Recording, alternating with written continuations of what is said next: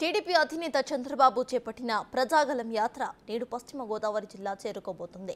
నర్సాపురం, పాలకొల్లు పట్టణాల్లో నిర్వహించే ఈ రోడ్ షోలు, బహిరంగ సభల్లో పాల్గొంటారు చంద్రబాబు. వీటిని విజయవంతం చేసేలా టీడీపీ నాయకులు సన్నాహాలు చేస్తున్నారు. టీడీపీ, జనసేన, బీజేపీ కూటమి అభ్యర్థులను ప్రకటించిన తరువాత చంద్రబాబు తొలిసారి జిల్లాల్లో పర్యటిస్తూ ఉండటంతో ఇరు పార్టీల నాయకులు కూడా ప్రతిష్టాత్మకంగా తీసుకున్నారు.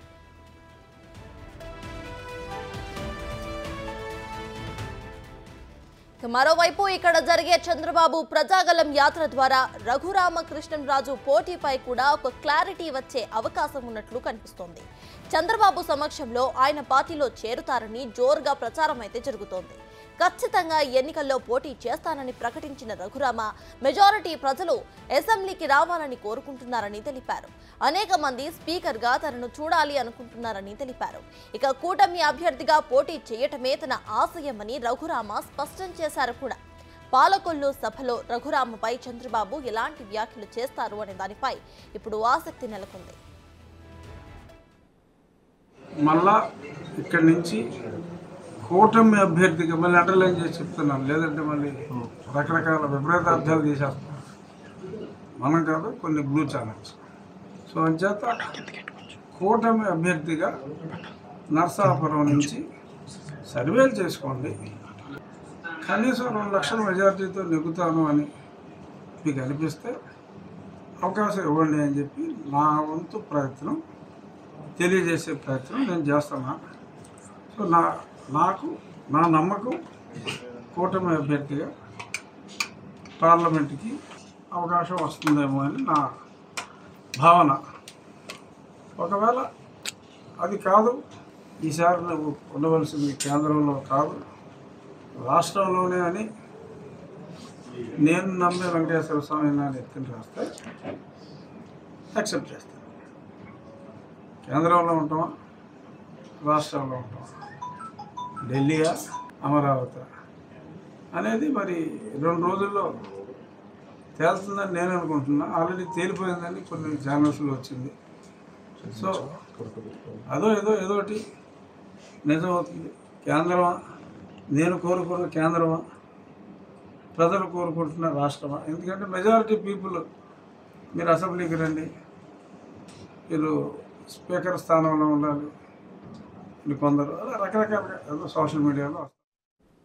దీనికి సంబంధించిన పూర్తి డీటెయిల్స్ మా ప్రతినిధి సాగర్ అందిస్తారు. సాగర్, చెప్పండి, ఇవాళ జరగబోయే పాలకులు సభలో చంద్రబాబు రఘురామకృష్ణంరాజు టికెట్ పై అయితే ఒక క్లారిటీ ఇచ్చే అవకాశం ఉన్నట్టు తెలుస్తోంది. ఇక రఘురామకృష్ణంరాజు కూడా సెంట్రల్ మీద ఆయనకున్న ఆ దృష్టిని కూడా ఆయన చెప్పడం జరిగింది. ఇక స్పీకర్ అవ్వాలని కూడా ఆయన అనుకుంటున్నట్టు కూడా చెప్పడం జరిగింది. దీన్ని ఎలా చూడాలంటారు?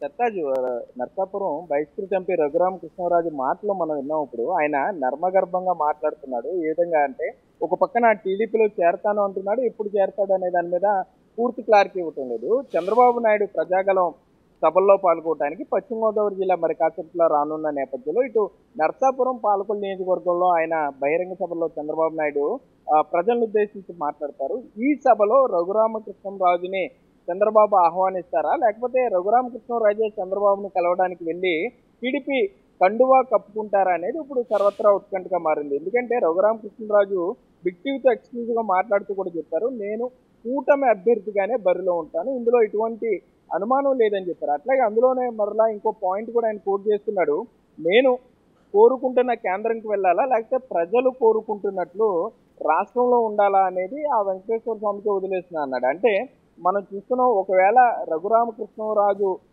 పార్లమెంట్ సీట్ ఆశిస్తున్నారు కాబట్టి పార్లమెంట్ సీట్ ఏమైనా సర్దుబాటు కాకపోతే కూటమి పెద్దలు అసెంబ్లీకి వెళ్ళే ఆలోచన చేయమన్నట్లుగా మనం భావించాల్సి వస్తుంది. ఒకవేళ అసెంబ్లీ సీటు వస్తే గనక ఈ నర్సాపురం పార్లమెంట్కి సంబంధించి ఉండిలో టీడీపీకి సంబంధించి 2 కజిన్స్ అక్కడ సిట్టింగ్ ఎమ్మెల్యే కానీ అంతకుముందు మాజీ MLA Shiva, sitting MLA Ramaraju పోటీ పడుతున్నారు.